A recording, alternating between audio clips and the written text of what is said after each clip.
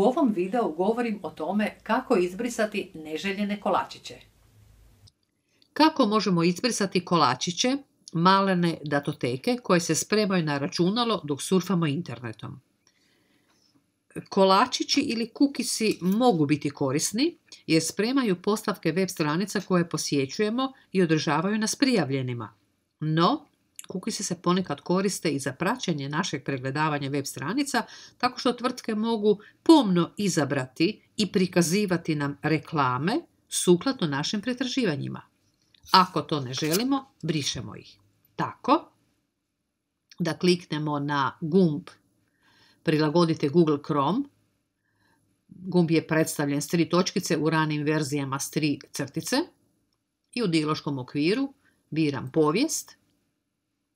povijest i obriši podatke pregledavanja.